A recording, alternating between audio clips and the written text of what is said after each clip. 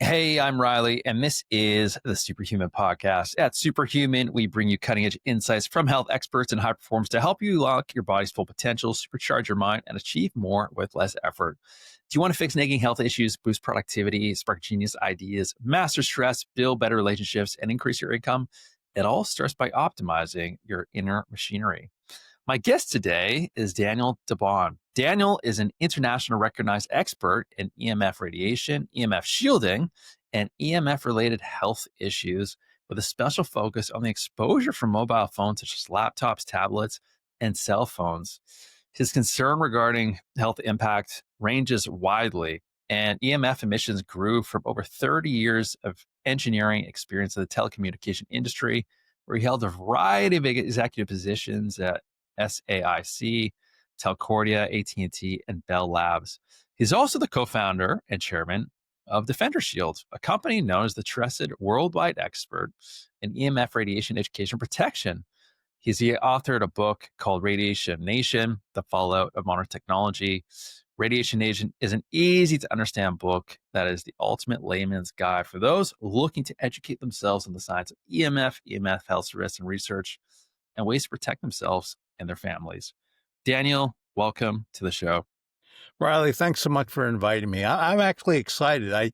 I generally don't chat in the space of the superhuman, but we actually talk about it all the time in our environment, and the stresses that are in our lives actually influence our health and how super we really are. So I think I'm excited to be able to chat, and thank you so much for inviting me. Yeah, I really appreciate that. And thank you so much for coming on. And that's one thing I love about superhuman is superhuman can have a different meaning for different people. Superhuman can be being a better father, being a better spouse, or it can be what first comes to mind for some people of being a superhuman like Bradley Cooper in the movie Limitless.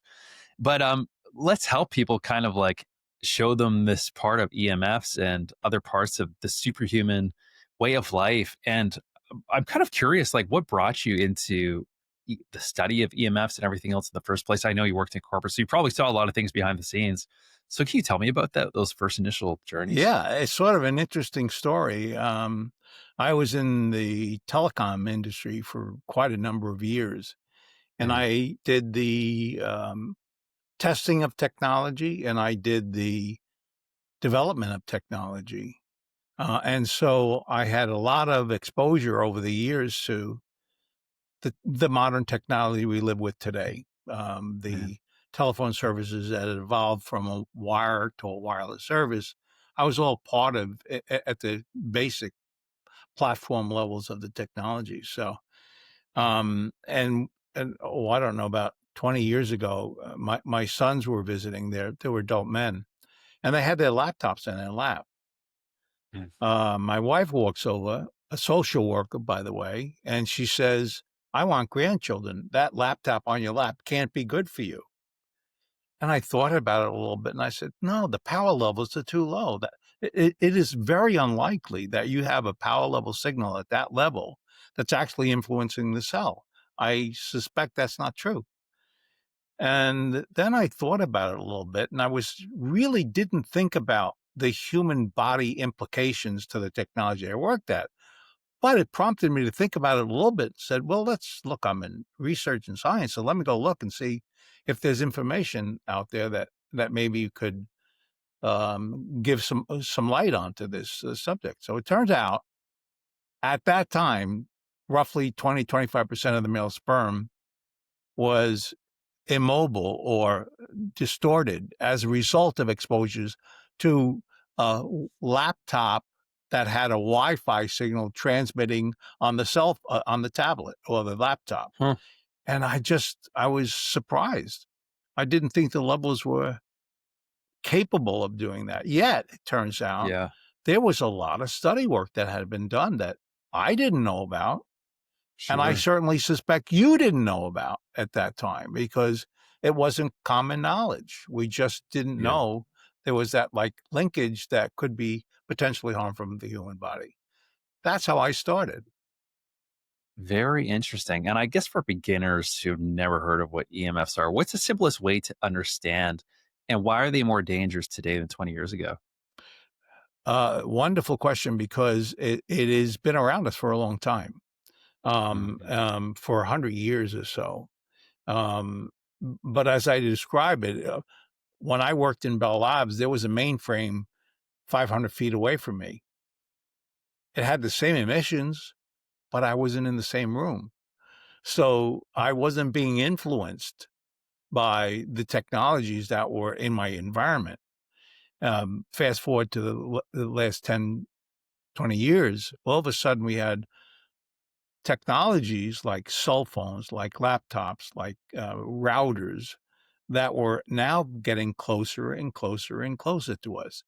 And in fact, right onto our bodies, directly onto our bodies. And the question is, do we have an understanding of that? Do the standards help us protect from that or not?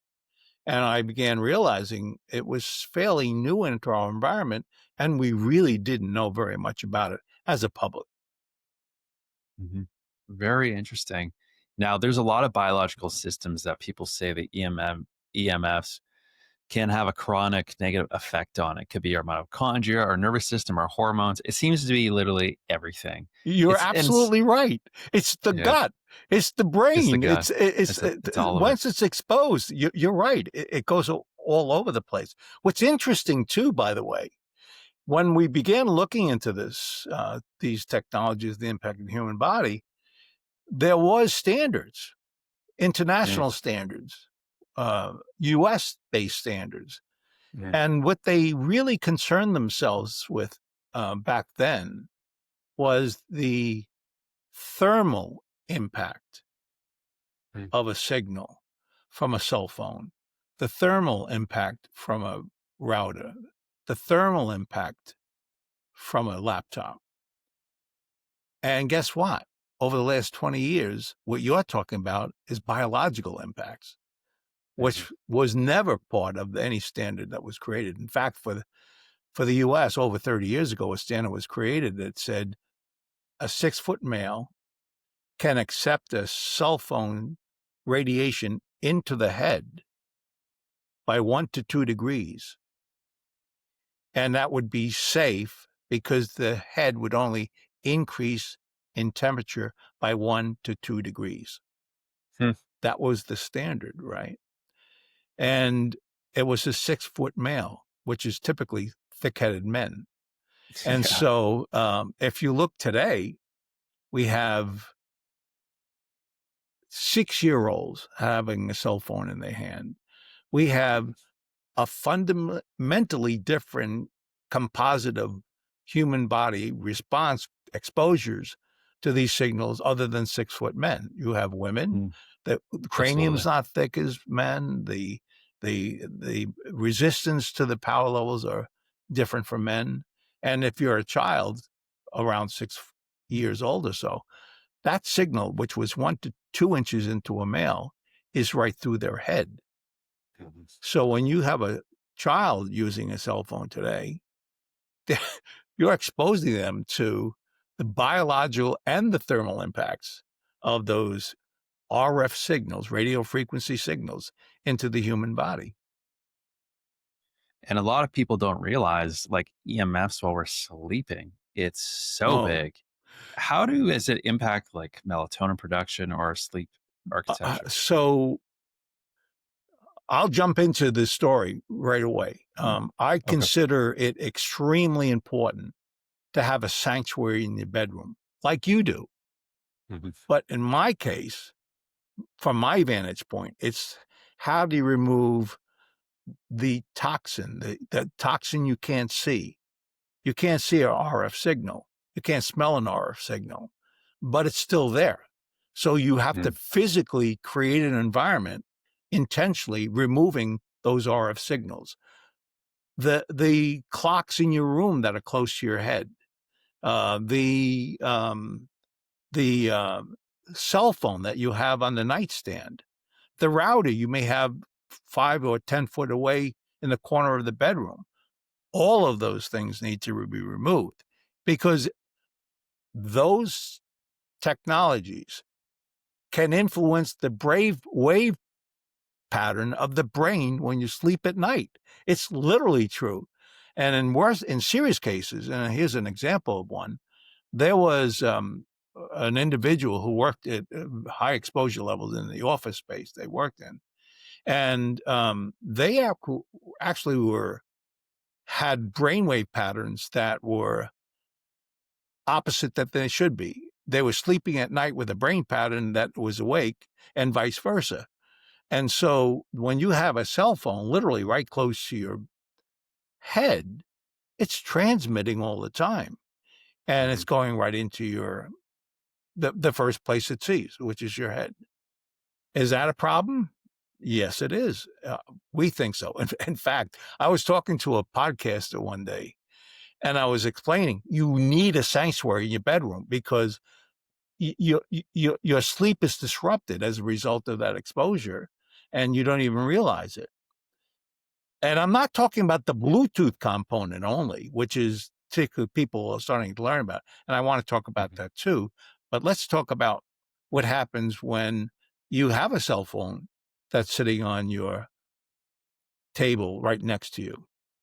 You won't sleep. You'll be disrupted. And so all of a sudden, it's not just the brain patterns are adjusted. The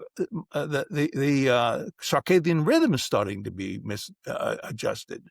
And as you know, mitochondrial repair that happens in the middle of the night is now being pushed out a bit further, maybe even not fully repairing it in the sleep cycles that you have. So I was telling this woman about the importance of a sanctuary in a bedroom, and she was saying, "Oh, thank you so much, Dan. I really, really appreciate you telling me all about this. It's really important for me to know that." She didn't believe a word I said. And about 2 weeks later, she called me up and she said, "My husband and I took our cell phones out of our bedroom, as you suggested, and we had a sound sleep that we hadn't had in a very, very long time." So Wow. they experienced that disruption. Not everyone may, but some will, particularly Yeah. particularly women. And we'll talk about that later too. But let's go back to the melatonin, because there's a sequence of events that are happen when you're trying Yeah. to create that sanctuary. You're reading a tablet. You have decided that you want to go to bed the second you stop reading the tablet. You won't. Why? Because there's a little bit of protein in the back of the eye, cryptochrome protein. It sits there and it says, is it day out or is it night out? Mm. And it sees the blue light, which tells it, well, it's still daylight out there. It's not night out there. Mhm. And so the little switch doesn't turn on for the melatonin to be created and evolve into the body, where it actually puts the body in a state of rest. And so while reading it, you're literally disrupting the sleeping pattern that you have in your bedroom. Now, if you stop an hour before and you Yeah. give that cryptochrome protein a little bit of a time to sort of level out and see, oh, no, it's night now, it makes it Mm. easier to fall asleep. It's simple Yeah. as that. Yeah, it's really that simple, and I think it's so true. I've seen people wearing an Oura ring, which we can talk about. That probably has some EMFs too. I mean, it's everywhere. Right. And we look at their Oura ring stats when they, for example, maybe put their entire home house Wi-Fi network on airplane. Like it'll be on a timer, so it's off. Their phone's on airplane mode on Right. their nightside table, and their scores shoot up. And they've tried everything, and like nothing's working. And it's just amazing to see it. Like I've just seen it anecdotally with people so many times, where it's hard to disagree with any of that. Right. Yeah. Now, besides just sleep, though, have you seen direct impacts on brain fog or anxiety, ADHD symptoms, but even going as far as like lower testosterone or infertility or chronic fatigue? Like, is that a real thing too? Riley, it turns out that all of those things are true. And it's not just Wow. someone's opinion.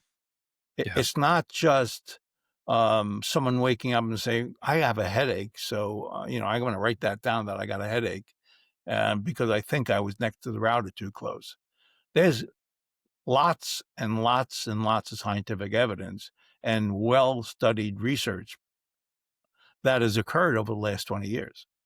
And it does talk about and creating anxiety. In fact, is there a correlation with kids today because they have cell phones in their pocket? Mm.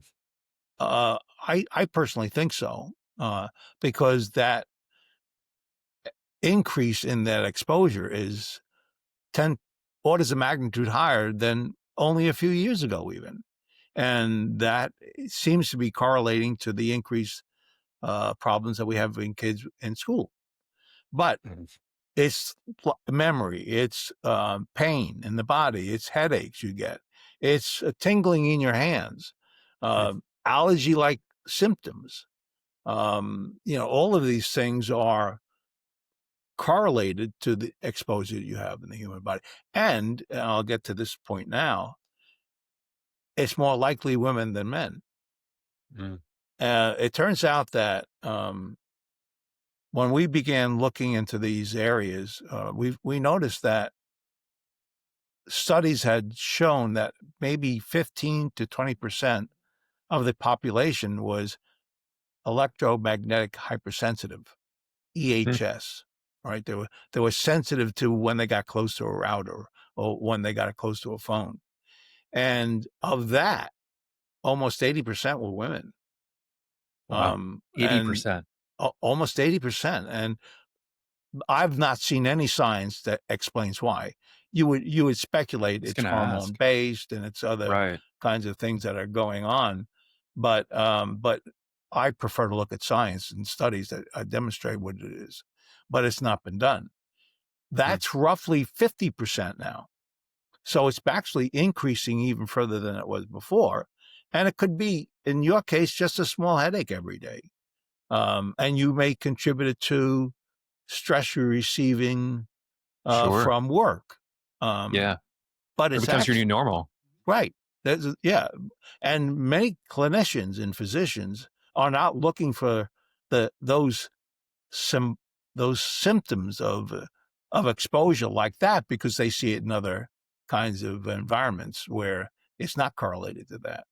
And Yeah. so we really do see the body trying to deal with the increased level of exposure that it has in our normal environment. Fascinating. And with more and more technology and people being exposed to it with Gen Z now, it's going to be interesting. Like when they reach their 20s, when they reach their 30s, when they're 40 years old, like how are they going to be impacted versus people today?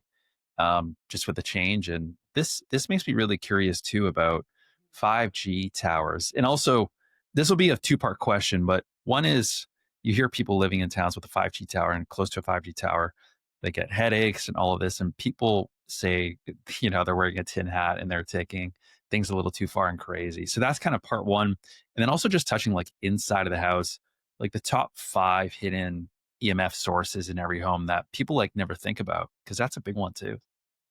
Yeah. Actually, what's important in your question is the more you are aware of what's in your house, the more Mm. you can deal with what's in your house and you can create it. And I'll talk about the sort of strategies around that in a bit, but let's talk about 5G. This is a more complicated subject matter, which we haven't really built the foundation on, but it's very, very important. 5G Mm. in general introduces RF signals, the cell phone signal or the Wi-Fi signals that have been around us all along. They're actually, for example, in a Wi-Fi, you have 2.4 gigahertz that's being transmitted. The difference, by the way, is it's 3 to 4 times the power level of a cell phone. So Mm. it has a different power level requirement for the standards that the US and internationally have. So it's much stronger. And so um, there's a lot of that similar stuff that's been around for a while here. So we know a lot about that. We've done a lot of research about that. And there are many who thinks it's a bit the level's a bit too high, the composition's too much, and that we really should be trying to ratchet that down in our environment. So we already understand that space. Where the real issues become is when you have cell towers in the front of your house.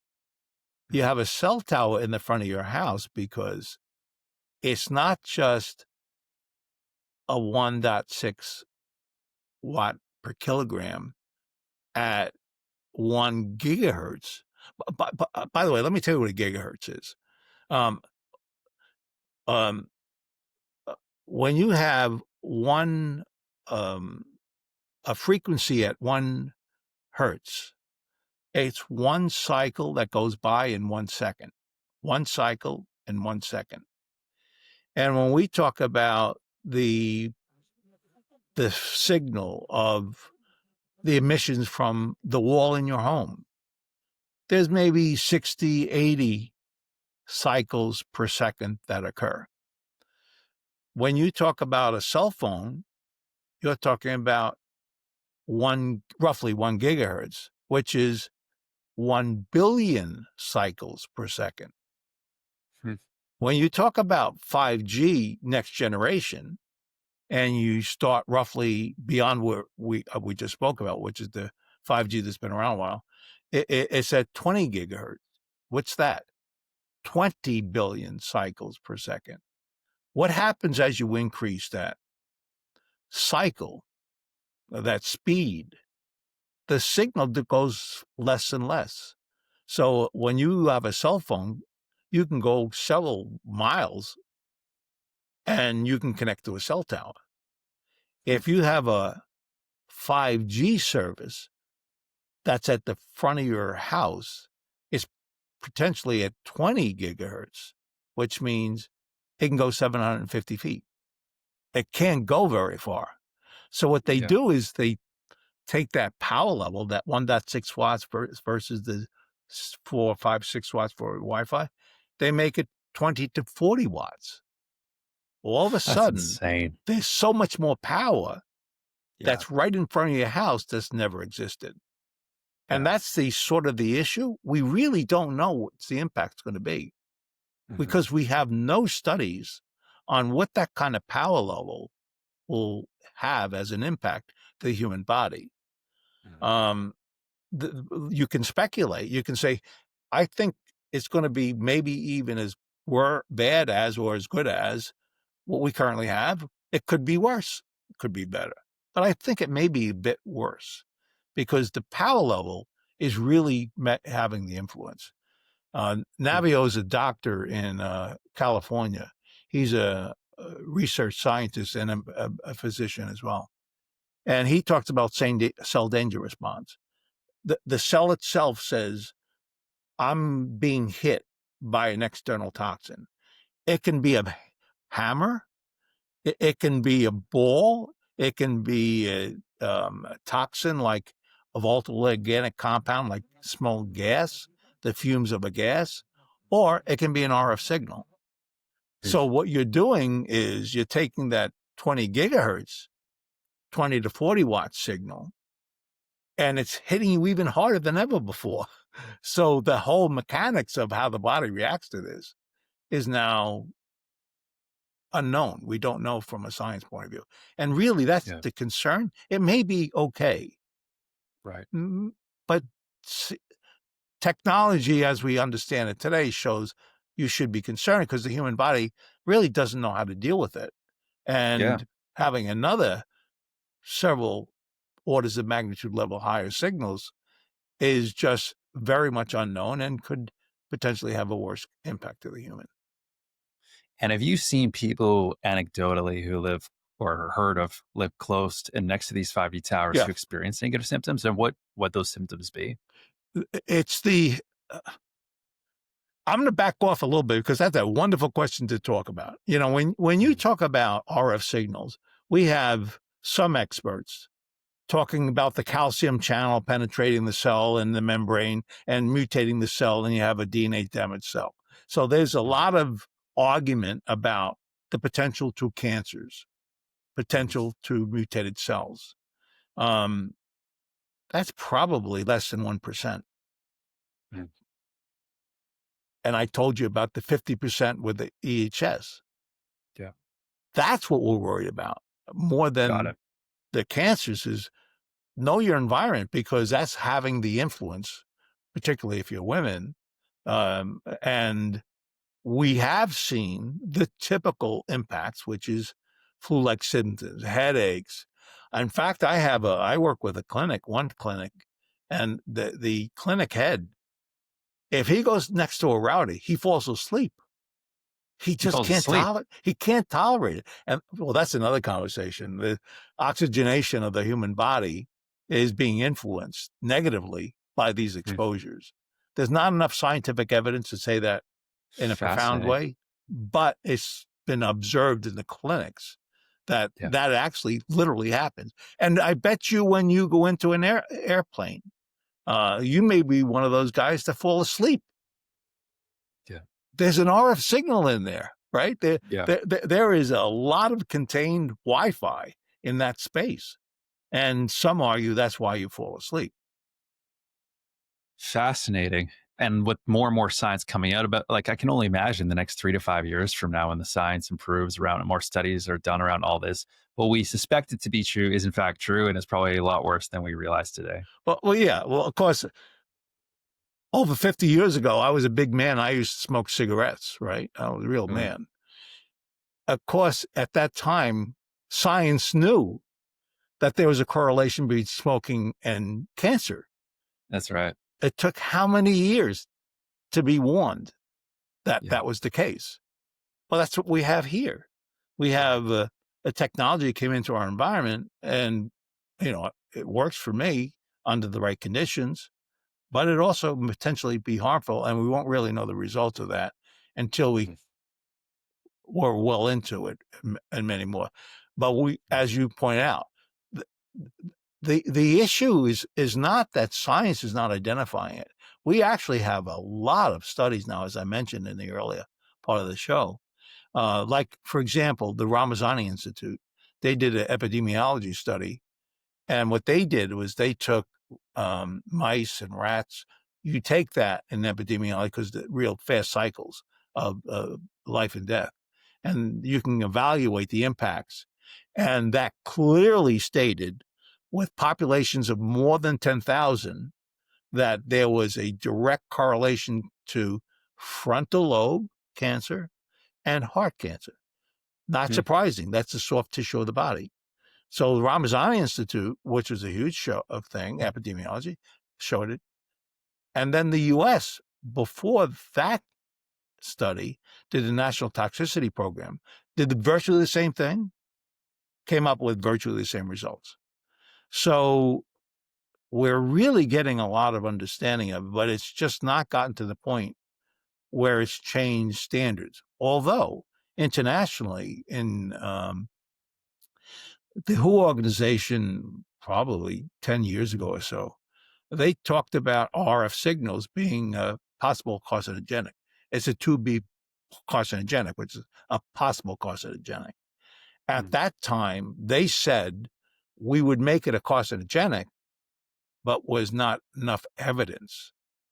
mm. Those same people talk about, we think there's enough evidence now. And so it's slowly going in a direction we're better understanding it.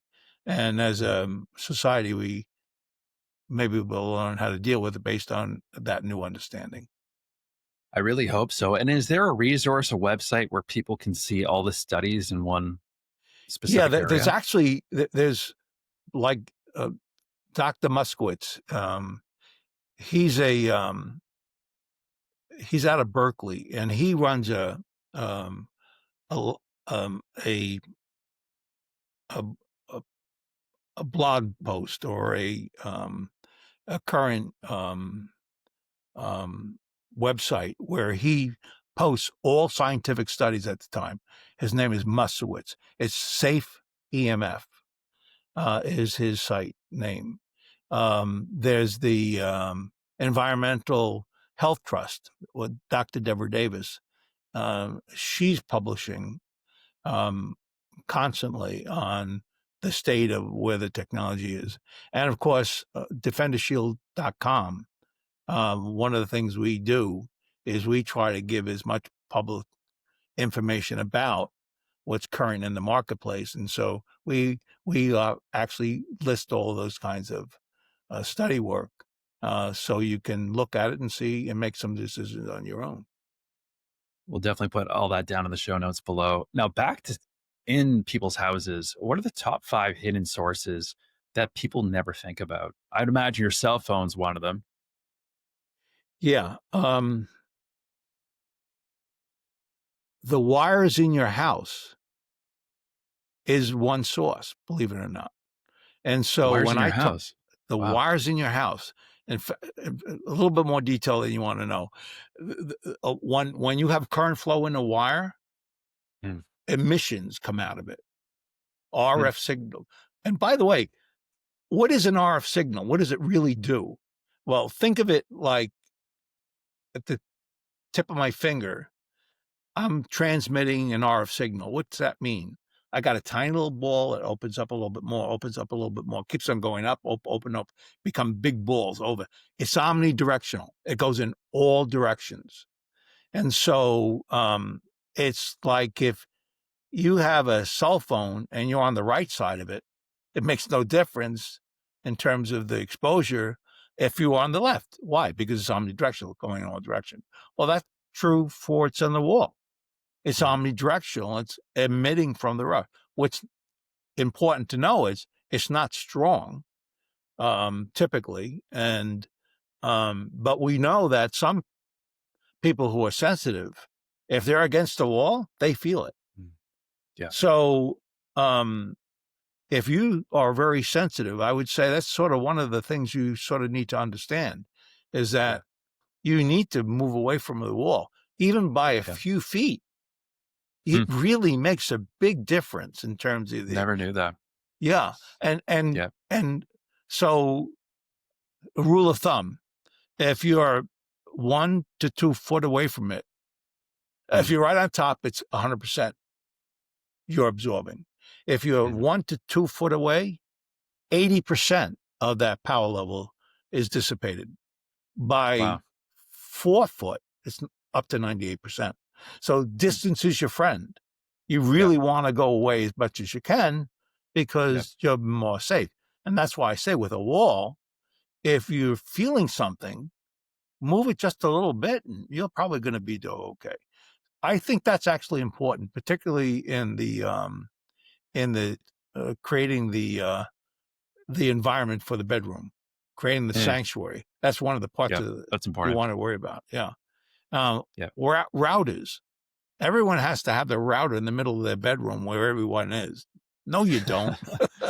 Routers go a Can long think of 3 way. people already. Right, yeah, Yeah. so I always suggest if you're gonna have a router, you do a couple of things. You take that router and you put it in your garage because it can go all the distance you're looking for typically, because the power levels are strong enough to get them where you are, but they're less harmful to the living space you live in. And at night, for example, you also may want to just turn it off. So I have a $10 timer that I have and I plug it into the Brilliant. wall. It turns off, Yeah. at 10 o'clock at night, and at 7 o'clock it turns on again. And so you do things to help improve that router. And so I think that's the second thing you really is serious to worry about. And the other, of course, is it's a general practice actually. Um, one bee won't kill you, 1,000 will, unless you're allergic to bees. And so, what do I mean by that? Well, if you think about a Mm, cell phone has 4 transmitters. It has a Bluetooth transmitter, it has a Wi-Fi transmitter, it has a cell phone transmitter, and it has a GPS transmitter. Do you need all those transmitters in that room? No. I have my one. I never have it in my room, by the way. But mhm. if I have it in the room, I only have one transmitter working at all time, and the GPS is sporadic. It's not a constant. So I turn the other ones off if I don't need them. And Mhm. so that's what's I refer to as managing the bees in the room. Turn off what you're not using. You Yeah. don't necessarily need it. And Yeah. if you do have it in your room, move it away from you. Yeah. And so that encompasses a lot of the dangerous stuff in the house Yep. that you worry about. Now I'm going to go to some stuff that's a little bit more obscure. You want to make sure you're properly grounded, believe it or not. You want to Hmm. make sure that your house has a 6-foot long copper cladded um, pipe that goes into the ground and really grounds your house. Hmm. Ungrounded electrical network um, basically leaks emissions more than Hmm. you want. So particularly if you're sensitive, I often suggest make sure you have your house properly grounded, because it may not be, and it's an easy fix. Yeah. It's literally putting a little pipe in the ground and then attaching a cable to it. But other than that, you don't need your Wi-Fi on in a refrigerator to make sure you know if it's cold and your milk is cold. Those kind of things that are emerging where there's interconnection to routers and stuff. You don't need to Yeah. have those things on, and you want to consciously think about, do I want that on or not? Yeah. And if you are concerned, I I have Ethernet in my whole house. I went from all the rooms. I took all the need for a router connection to all my devices away as much as I could. And so I reduce it. I'm not crazy about it. I just try to Mm. be cautious about it. What can I Yep. really sort of do that makes some practical sense in my life? And that's what I do. And that's a good thing to consider, because you really do remove a lot of the potential into that bees in the room by Yeah. going to an Ethernet. It's like what they say, death by a thousand cuts. And all it Right. Yeah, takes is one exactly. added up again and again And and it again. really is true. And again, Yeah. it's the impact to the individuals, the humans in this environment. It seems to be growing in a Mm. negative way. And that's why you really want to look at it uh, with a precautionary measure in mind. Um, Very interesting. yeah. How about wearables? Everybody's wearing a Whoop band, an Apple Watch, uh, yeah, an Oura ring. Like, what do you think of those and the EMFs that they produce? So in the past I've done yoga, and Mm. so I was went to my yoga class, and my yoga instructor said, "Look what I just got for Christmas. I got this thing. It's on my wrist." I said, "Do you know what I do? Do you realize that that's not a good thing for you? And that it does, because of its constant load, disrupts the cells of your body? And Wow. it could be more and more serious with that kind of stuff." And a few months later, she took it off and she said it was hurting me. Oh, glad she listened. But it's literally true. Again, I'll go back to one of the clinicians I work with. The Mm. very first thing he does is, hey, the patient walks in and says, "Oh, my neck hurts a little bit here. It's been 6 months like this. Holy moly, what am I going to do?" He takes the wrist thing off. He takes the thing out of the ear, the Bluetooth generated communications between the cell phone and the ear. He takes them off, and all of a sudden that pain goes away. So more and more, there's clear evidence of Yeah. a portion of the population using this technology is being impacted negatively with pains, and my brother including. I said, "Get Mm. that damn thing off your ear, because it's interfering with you." And almost Yeah. 2 hours later, the pain he had that he was going to the doctor to was no longer painful. Not there. Wow. I gotta I'm tell you another curious. I gotta tell you another Sorry, go ahead. story. Yeah. You know, you didn't ask me this question, but I'm gonna answer it anyway. Um, when you use the earbuds, Yeah. that have the Bluetooth connection to that, Sure. um, The AirPods, everyone uses them. everyone uses them. They Mhm. communicate between each other, potentially. Some Mhm. do. And your brain's in the middle. The brain's in the middle. And this is what I didn't tell you about that stand. That is a dot watt signal, 0.1 watt signal. And it's going basically through the head, making the connections. And it takes less than 0.1 watts to mutate a frontal lobe cell. There's been a study, or actually a couple of studies now, that shows it really doesn't take a lot. It Wow. really doesn't take much to change that composition of that cell, and not in a good way. And so Yeah. I'm just not going on the path that you asked.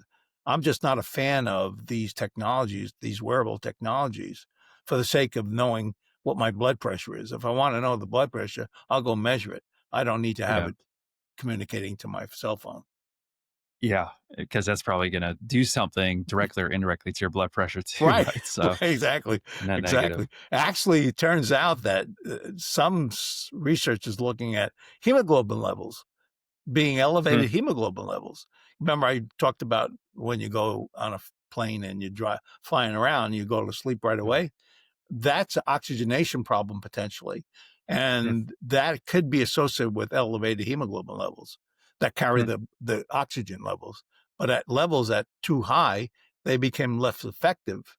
And there is some argument that talks about blood levels, certain blood aspects are really being influenced by these exposures. Um, Interesting stuff. It's really everywhere. Yep. Um, the more you say about it, I mean, some of this stuff I know, some I didn't know. I didn't realize how much scientific research was behind this for so long. It reminds me a lot of hydrogen water. There's so many studies around and how much benefit there is to it, yet not a whole lot of people know about it. But EMFs, exposing yourself to EMFs, it definitely seems like a higher Yeah. danger. Now, back to the cell phone. A lot of people will ask me, is it true your cell phone emits the most radiation when the signal is weak? And if that's the case, why is that? Okay. So a cell phone modulates at 3 different levels. Okay. If you're right on top of a cell tower, Hmm. it's going to go really, really low. It doesn't need to be a strong signal because it's really, really close. And then you have very, very far away. The only way it gets to it is that it increases the power level. And that Hmm. power level can finally go to the cell tower, and that can be miles away. And then in between, so it's 3 levels. So you Okay. always want it at the lowest level. If it's the highest level, then you know that's your greatest exposure. Interesting. Okay. Easy enough. Now, Yeah. what's like the single most dangerous way people use phones and laptops that instantly increase exposure? It's probably cell phone on the lap, like you mentioned at the beginning. Cell phone on the Probably, lap. Yeah. yeah. And I'm not.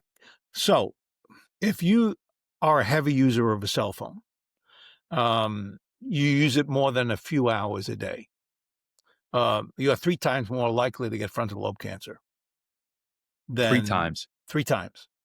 So Wow. we're now beginning to get evidence, scientific evidence, that shows constant loads on your cells, particular brain cells, will impact in a negative way.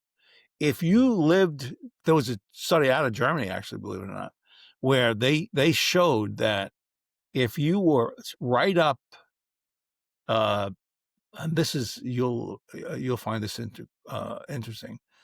If you were right up against the cell tower, the damage to your chromosome is more likely than if you're far distance. They actually showed people living in different areas showing different levels depending on their distance. So exposures, particularly heavy duty exposures, Mhm. seems to be enough evidence to say that there's a direct correlation with those exposures. And Wow. so, but I'll tell you, Riley, the reason why when I would study in Bell Labs that something is going to happen, I would statistically project what it would take for that to happen. And I needed very large populations to be confident that what I was saying, what I was claiming is legitimate. Mhm. I needed to have, as an example, I need 10,000 children in a classroom that I radiate, and I need 10,000 that I don't radiate. If I see a difference, the samples are big enough for to make the conclusions. And of Yeah. course, we're not going to take children to do that. And that's Yeah. why we don't have a strong evidence of one way or the other, is Yeah. because we don't do testing on people to see if they're going to die or not. Yeah. And that's why we have this confusion. And as you pointed out before, the way we really will ultimately know is after years and years and years of use and Mhm. observation to see what happens. It's not going to be in a laboratory. And Yeah. that's It's why a bit of a if you were in the telecom $1 trillion a year space, your argument would be there's no impact. If you had an independent third party study, which is typical, um, sh- they show it. They show the yeah. evidence. Yeah, it's no joke, and it's a bit of a double-edged sword. And in my world, like I do a lot of lab testing on people. Got parasites, heavy metal, mold in your body. And the analogy is everybody has a stress bucket. And we have external stressors and we have internal stressors. But regardless, the more stressors you put into that stress bucket, once it starts to overflow, you're going to feel worse. And EMF can be a big one that a lot of people don't realize that's hidden. And that's why I thought it would be a great idea for you and I to chat, Yeah. because stress, which is one of the most important components to uh, being superhuman or Hmm. not, is removing stress in your environment. They could be emotional stresses, they could be physical stresses. These are physical. Hmm. These are Yeah. literally physical. And I talked about cell danger response with Dr. Navio, and there is clear evidence of interconnection response to something that happens external, and it is impacting the way the human body operates. Hmm. The gut, for example, if Yeah. if you're electric hypersensitive, you have a DevC microbiome, Mm. the elevated levels. And by the way, you may know that particular can be toxic if Mm. it's at too high a level. So Yeah. we know that exposure has changed the composition of the gut. Well, Yeah. that's not good. When you use a cell phone to the head, the blood brain barrier designed to protect the brain inside is suppressed. Hmm. And it's because the signal itself has that characteristic of suppressing the blood brain barrier. Um, the immune system is suppressed with this stuff. So if you want to be the peak of health and you're using a phone all the time, that may be in conflict because your goal may be to be most healthy, but those exposures could actually be impeding that success. Hmm. It literally does that to your body. It's a stressor, and it's a Yeah. pretty major stressor. Yeah. Or around it all the time. So even if Because it yeah, was 1 or 2%, just that right. amount of exposure over time, it's Exactly, going to do and something. yeah, it's more and more everywhere you go. Yeah.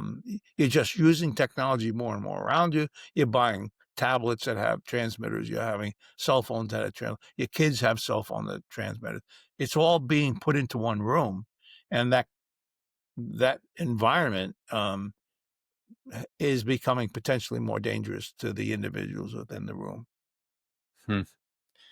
Scary stuff. And what it like, I'm sure you seeing behind the scenes of all this stuff, you've seen how alarming it can be. And Yeah. I've seen a lot of people who have EMFs affect them a little bit. Maybe it's brain fog, but other people, like it literally puts them out and they have a headache. They can't go around any kind of EMF. Like, what's the difference between these two people? Is it they have so many stresses in their body already, and this is just the thing that sets them off? Is there like genetic things going on? What do you think that difference is for people? Well, 4 or 5 years ago, Yale did a study on the pineal gland. And it said that if you had a 2.4 gigahertz Wi-Fi signal and you had a mutated cell, which is a genetic mutated cell that is not unusual, and you had fluoride, you were 3 times more likely to have cancer of the organ. Hmm. So there is a predisposition for so many of us. And it's triggered by, in that case, a combination of things. In other Right. cases, it doesn't take a combination. There's a predisposition, and I know science has not spent sufficient time to understand what potentially could those predispositions be. But my suspicion is that we've seen enough evidence to suggest you could be having a predisposition. The Mhm. story I told you about with that one person who actually was in a wheelchair when he went to the clinic because he was so debilitated. Um, he likely didn't have a predisposition. He Mm. likely had an exposure in excess of most others, and that Right. extreme excess created a serious problem. Now, Yeah. here's for the good part. Um, in the past, at least it was my opinion, without knowing fully what the facts were, that once you had a hypersensitivity, you had a hypersensitivity and you couldn't make it go away. But here's the part where we talk about things together about ways of fixing stuff. Yeah. The the circadian rhythm, the gut being correct, eating properly, getting right exercise, resilience to the human body becomes more important. It Yeah. really does for this particular toxin, very important for some, less for others, Mm. but it's really as a practice the importance of making sure the eating habits are right, sleeping habits are right.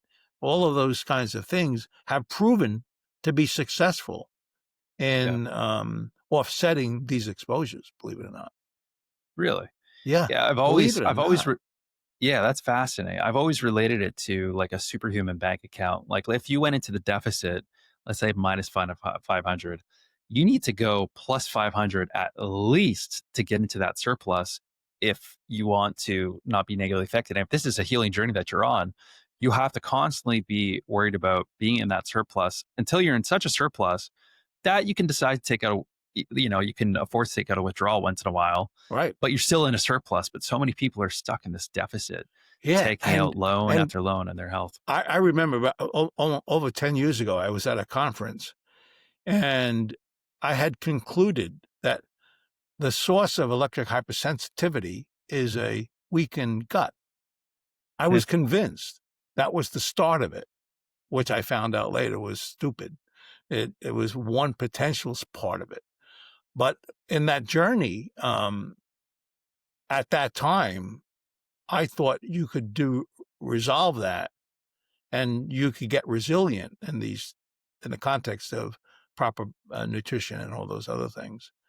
Right. And but at that point, I w- as is, as experts in this field, we couldn't find a path to find that to be true. Hmm.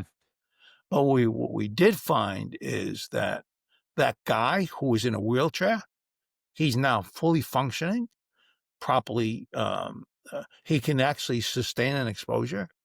It does hurt him more, but he's resilient. He recovers from that, and it's all Hmm. about the cycle of uh, good habits that really helped him recover Yeah. from a condition no other physician could figure out. Believe it or not. Wow. Yeah, so it's not all doom and gloom. I mean, we're around it with Yeah, 6G probably around the corner sooner than we realize.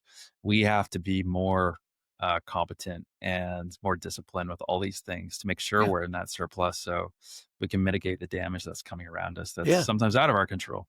Yeah, absolutely. It's really, um, I talk about you're an architect of your own destiny. Right. And so what you really need to do is it's certainly, I'm not going to fly to the moon because of a RF signal coming out of a Wi-Fi. I'm not going to do that. Neither are you. So we have to find a way of dealing with it in a healthy way for us. And Yeah. for me, my choices were simple. When I walk into the house, I take my cell phone and I put it on the counter. I don't Mm. bring it into the house. When it Yep. rings, I have to run a lot, but it's Good away from me. exercise. Good Yeah. exercise, right? But it's really true.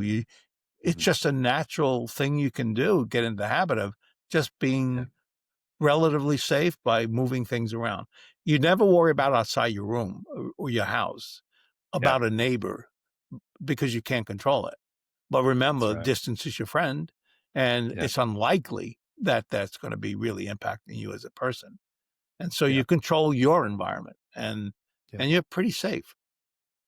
How about cell phones? I've heard that you want to keep your cell phone in your back pocket, and then you can Uh, also get phone cases that are EMF protectors. And I've even heard people saying they have like aluminum or aluminum foil that they'll use. Like there's different degrees of this that I have seen.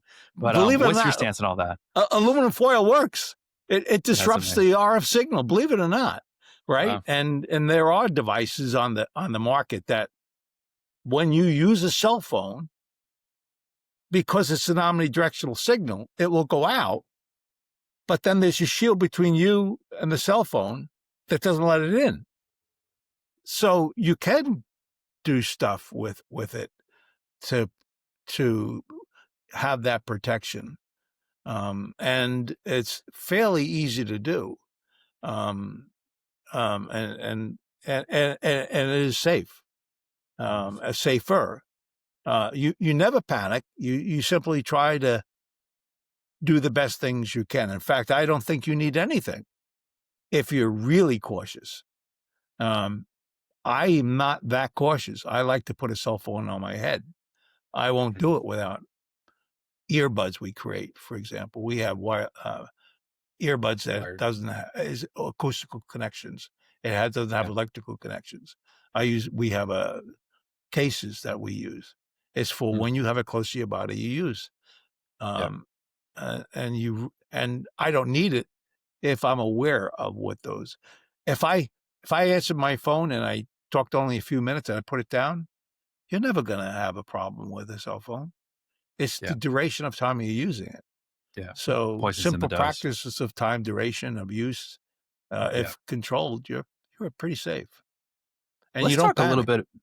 Yeah, and you don't panic it. Yeah, exactly. You have to live and not just put your head in the sand.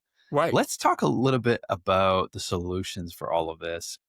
You mentioned before a really good suggestion, which is putting your home network on a timer. So while you're sleeping, that's off. How about grounding sheets? Is that a real thing? And does that work? I was at a conference one time, and you know, I had a lot of engineering background in electronics, and I was talking to this doctor who said he was the grandfather or the grandfather of grounding pads. And so I said, well, actually, grounding pads are pretty good. The body's a capacitor. It absorbs electronics, maybe even more than it should. So when you put your foot on the ground or the grounding pad, you're actually dissipating those energies, and that keeps your body balanced. So it is a good thing, Mm. but it's also a bad thing if it's Hmm. excessive, because now you're starting to do excessive grounding, and that Uh, imbalance may not necessarily be a positive thing for your human body. And Interesting. so I explained that to him, and he said, "Well, I'm not sure." He started wondering, "Is it true or not?" It's of course true. It's grounding. Grounding is grounding. And by the way, a floating ground different than a ground. If Mhm. you like for example, we have a blanket that we build. It's a floating ground. We take the energy and we convert it to heat. You don't even Hmm. know it's being converted. It's not hot. It's not grounding it. Why is grounding potentially a negative thing? Now let's talk about that. If you have a grounding pad underneath your mattress and you have it grounded to the wall, Mm. which is grounded to the ground, it's the short to ground. It is the quickest path for energy to go. Mm. That's like going into a middle of a large field with a really big tree and having an electrical storm, and you go underneath it for protection. Yeah. It's all being dragged down to Just right that into. space. And that's Yeah. true about grounding pads. Hmm. And so in that case, You do not, particularly at night.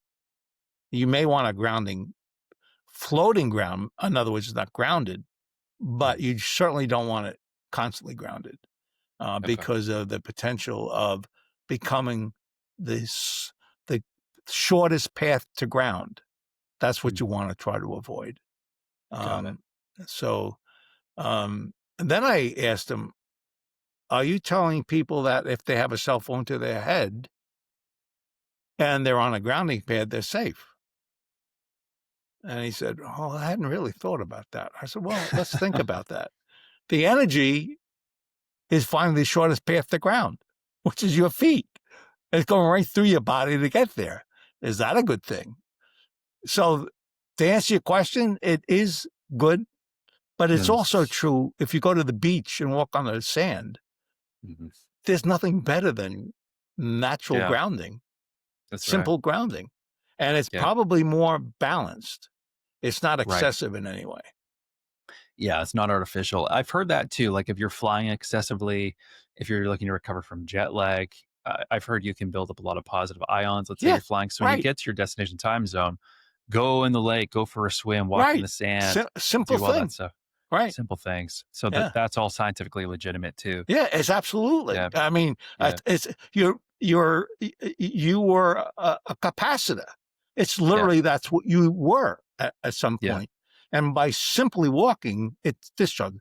In fact, when you were a kid and you ran with wool socks on and you grabbed the handle, you got a little shock. Well, Yep. that's energy that was building up in you and it was discharged when you touched something. You grounded it. And so it's just like that. Very interesting. Now, there's a lot of marketing I'm seeing online of different EMF protection gadgets, but it's Right. hard to say if they scientifically work. Do you So, like any recommendations or insights on well, that? I can give you general rules. Okay. Um, I actually think it's sort of important that you have third party legitimate laboratories testing your product. Okay. I probably knew more about testing the technologies that we have than the testing labs I went to, but I didn't have any discussion whatsoever about how they were going to do what they should do to confirm my position. And so these were electrical engineers who created an environment in which they had a known source, they had a medium, which is the technology we have, and Yeah. that other source on the other side that could measure what they see. So that's a scientific study of the performance of the shielding we have. And some companies do that. And then we have other companies that say, when I have this thing on, my red blood cells don't coagulate or congest as much as when I have it off. That doesn't prove anything. It just Okay. says that when I'm exposed, I have less coagulation. It doesn't tell me how the cell's going to do. I Sure. have no idea what the cell's going to do because I don't know what energy you're talking about at that point. So that's called indirect. And a Yeah. lot of companies may use that choice on Mhm. how to substantiate their claim by showing indirect. And Yeah. oftentimes not even indirect. Like, for example, I had one person ask me about a technology, and they said that it would make it harmless.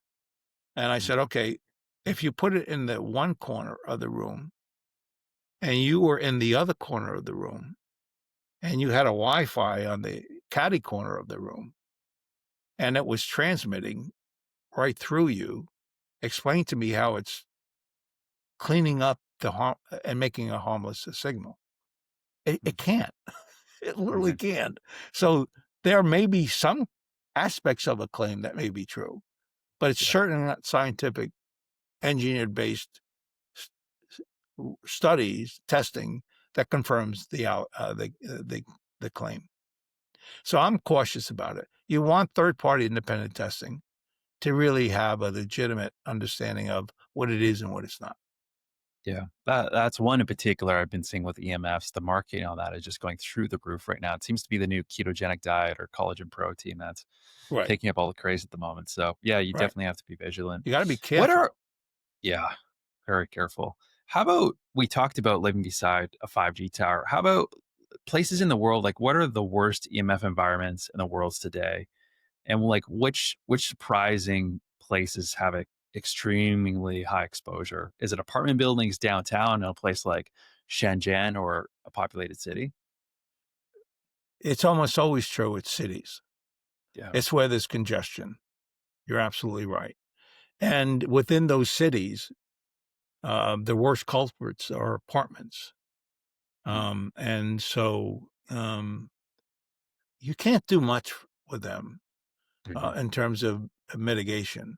Although I talk about the room, the part you control, you really should pay attention. If your neighbor doesn't cut off his router, it doesn't mean you shouldn't cut off your router in your Yeah. room. And so there are things you can do, even those highly dense spaces, that reduces the exposures. Mhm. Now, I was at a conference one time and I was asked by a participant what they should do about having a cell tower that was within a couple of feet of their bedroom, Couple feet. couple of feet of their bedroom. And I said unequivocally, move, because there's Yeah. nothing you could do to mitigate that. Yeah. And it's a constant load. So, That's right. unfortunately, you have those kind of circumstances, and you really should Sure. try to avoid them if you can. But How about city are the biggest. city? Yeah. How about inside of the bedroom? I've seen going a little bit more advanced now for the solutions. There's EMF paint that you can use to paint the insides of your room and a Faraday cage. What are your thoughts on either of those? Um, so I have a actually a associate we on occasionally work with, and he actually closes the power off into the room. Mm, So that's a legitimate thing to do. yeah, Um, that takes away the alternating current and potential sources within being generated by an alternating current. So that's a positive thing to do. Having a um, Faraday cage could be dangerous for the yeah, reasons I was mentioned to you before. They're a ground to short. yeah. They're the pathway to get to the ground, and um, there is some benefit and some risk. I Yeah, think they average themselves out. I'm not sure there's ultimately a benefit, um, because you can put a floating ground yeah, um, and achieve the same objective, sure. and definitely reduce the potential downside by doing that.